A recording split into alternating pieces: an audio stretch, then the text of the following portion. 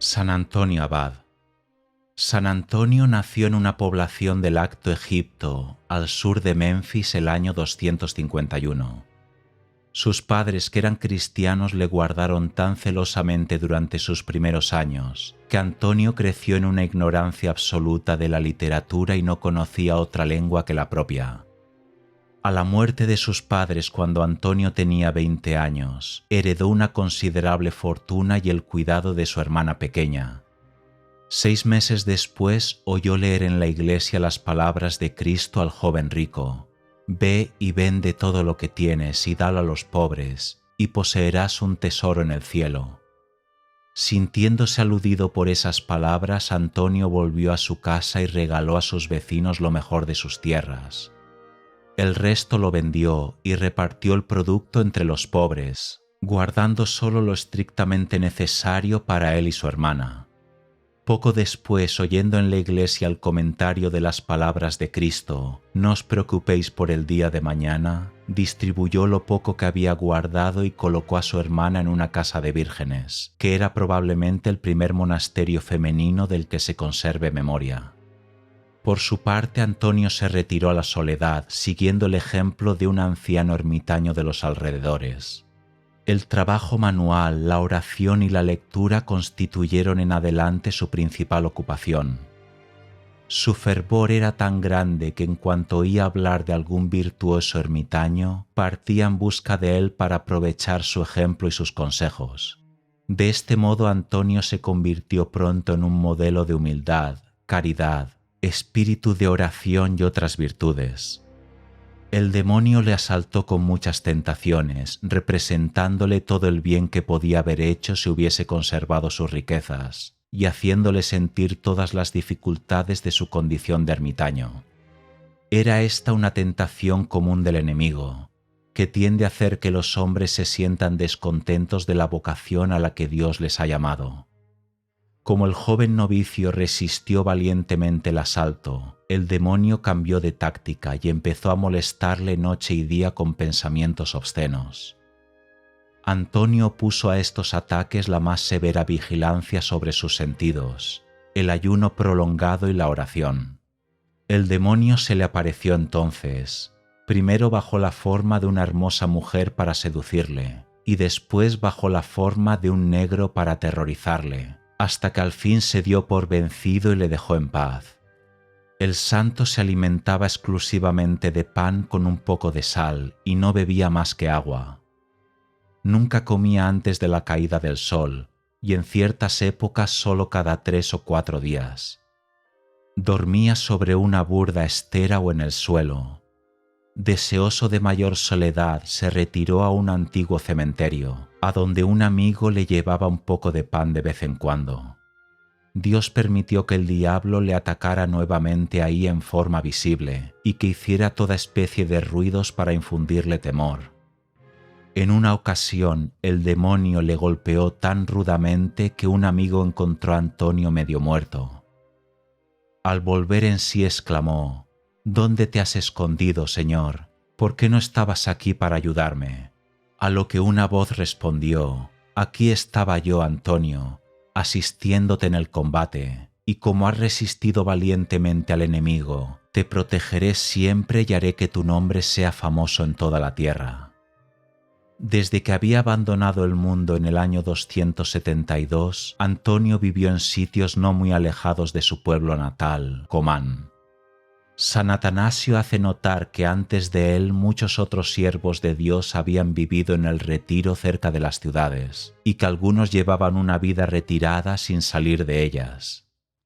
El nombre con el que se designaba a estos siervos de Dios era el de ascetas, tomado del sustantivo griego que significa práctica o entrenamiento, ya que se entregaban al ejercicio de la mortificación y la oración. En los más antiguos escritos encontramos la mención de estos ascetas, y Orígenes nos cuenta hacia el año 249 que se abstenían de la carne, como los discípulos de Pitágoras. Eusebio relata que San Pedro de Alejandría practicaba austeridades comparables a las de los ascetas, así como Panfilio, y San Jerónimo aplica la misma expresión a Pierio. San Antonio había llevado esta forma de vida cerca de Comán hasta el año 285 más o menos, pero a los 35 años de edad pasó a la ribera oriental del Nilo y fijó su morada en la cumbre de un monte. Ahí vivió casi 20 años sin ver apenas ser humano alguno, fuera del hombre que le traía pan cada 6 meses. Para satisfacer los deseos de muchos, hacia el año 305, a los 54 de su edad, abandonó su celda en la montaña y fundó monasterio en Fayo. El monasterio consistía originalmente en una serie de celdas aisladas, pero no podemos afirmar con certeza que todas las colonias de ascetas fundadas por San Antonio estaban concebidas en la misma forma. El santo no tenía residencia permanente en ninguna de las colonias, pero las visitaba de cuando en cuando. Parece que las distracciones que ocasionaron al santo estas fundaciones le produjeron graves escrúpulos, y aún se cuenta que le asaltó la tentación de desesperación y que solo pudo vencer la fuerza de insistir en la oración y el trabajo manual. En la época de las fundaciones, San Antonio se alimentaba con 6 onzas de pan mojado en agua, añadiendo algunas veces unos cuantos dátiles. Generalmente comía al atardecer. En su ancianidad tomaba además un poco de aceite. Aunque en ciertas épocas solo comía cada 3 o 4 días, parecía vigoroso y se mostraba siempre alegre. Los visitantes le reconocían entre sus discípulos por la alegría de su rostro, que era un reflejo de la paz de que gozaba su alma. San Antonio exhortaba a sus hermanos a preocuparse lo menos posible por su cuerpo, pero se guardaba bien de confundir la perfección, que consiste en el amor de Dios, con la mortificación. Aconsejaba a sus monjes que pensaran cada mañana que tal vez no vivirían hasta el fin del día, y que ejecutaran cada acción como si fuera la última de su vida. Decía lo siguiente: el demonio teme al ayuno, la oración, la humildad y las buenas obras, y queda reducido a la impotencia ante la señal de la cruz. Contaba a los monjes que en una ocasión en que el demonio se le había aparecido, le había dicho que pidiera cuanto quisiera porque él era el poder de Dios. El tentador desapareció tan pronto como invocó el nombre de Jesús. Al recrudecerse la persecución de Maximino el año 311, San Antonio se dirigió a Alejandría para animar a los mártires. Vestido con su túnica de piel de cordero, no tuvo miedo de presentarse ante el gobernador, pero se guardó de provocar presuntuosamente a los jueces y de entregarse ingenuamente como lo hacían otros.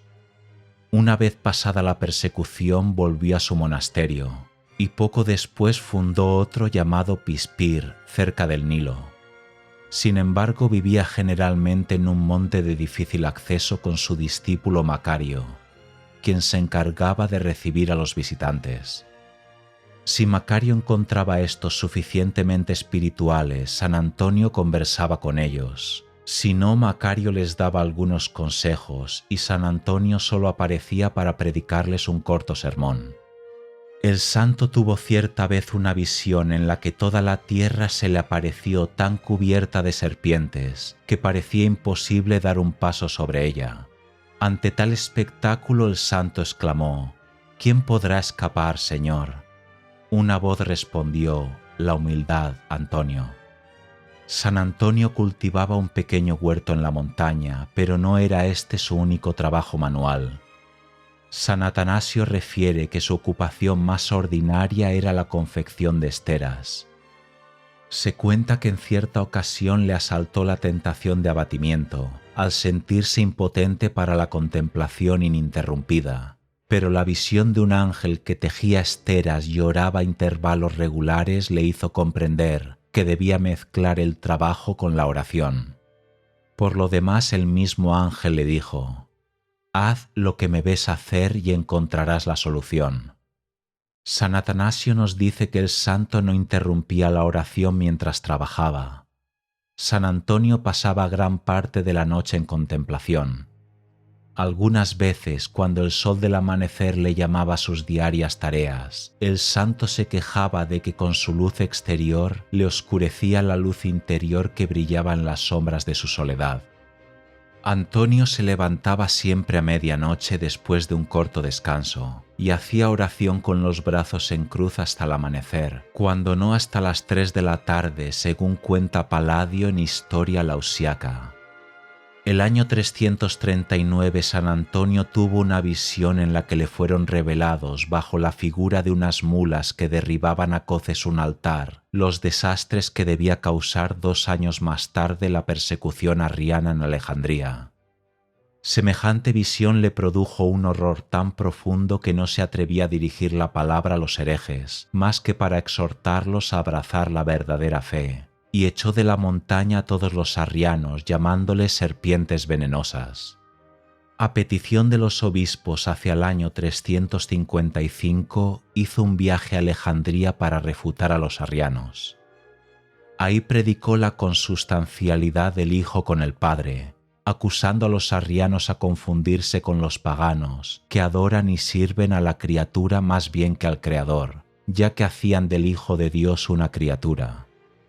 Todo el pueblo se reunía para verle y escucharle. Aún los mismos paganos, impresionados por su dignidad, se apretujaban a su alrededor diciendo: «Queremos ver al hombre de Dios».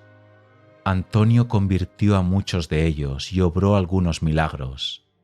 San Atanasio le acompañó a su vuelta hasta las puertas de la ciudad, donde curó a una muchacha poseída de un mal espíritu.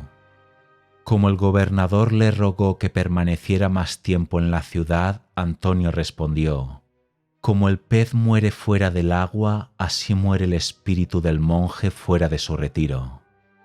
San Jerónimo relata que Antonio visitó en Alejandría al famoso Dídimo, el ciego que dirigía la escuela catequética de dicha ciudad, y que le exhortó a no lamentar demasiado la falta de la vista, que no pasa de ser un bien que el hombre comparte con los insectos, sino por el contrario regocijarse de poseer la luz interior de la que gozan los apóstoles, y que les permite ver a Dios y fomentar su amor.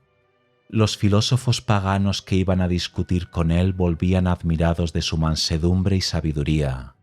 Como cierto filósofo le preguntó cómo podía pasar su vida en la soledad sin tener ningún libro, Antonio le contestó que la naturaleza era su gran libro y que ese suplía todos los otros. En otra ocasión, al ver que ciertos filósofos se burlaban de su ignorancia, les preguntó con gran sencillez si había que preferir los libros al sentido común, o más bien al contrario, y cuál de estos dos bienes había producido al otro. Los filósofos respondieron: el sentido común. Pues bien, les dijo Antonio, eso significa que el sentido común basta. A otros cavilosos que le preguntaban por qué creía en Cristo, Antonio les dejó callados, demostrándoles que degradaban la noción de divinidad al atribuirla a las pasiones humanas, que la humillación de la cruz es la gran demostración de la infinita bondad, y que la resurrección de Cristo y los milagros de él obrados prueban que la ignominia de la pasión es en realidad la mayor de las glorias. San Atanasio anota que Antonio discutió con esos filósofos griegos valiéndose de un intérprete. Un poco más adelante afirma que ningún afligido visitó nunca a Antonio sin volver lleno de consuelo a su casa, y relata muchos de sus milagros, visiones y revelaciones. Alrededor del año 337, Constantino el Grande y sus dos hijos, Constancio y Constante, escribieron una carta al santo, encomendándose a sus oraciones. Al ver que sus monjes se sorprendían de ellos, San Antonio les dijo: «No os admiréis de que el emperador escriba a un pobre hombre como yo.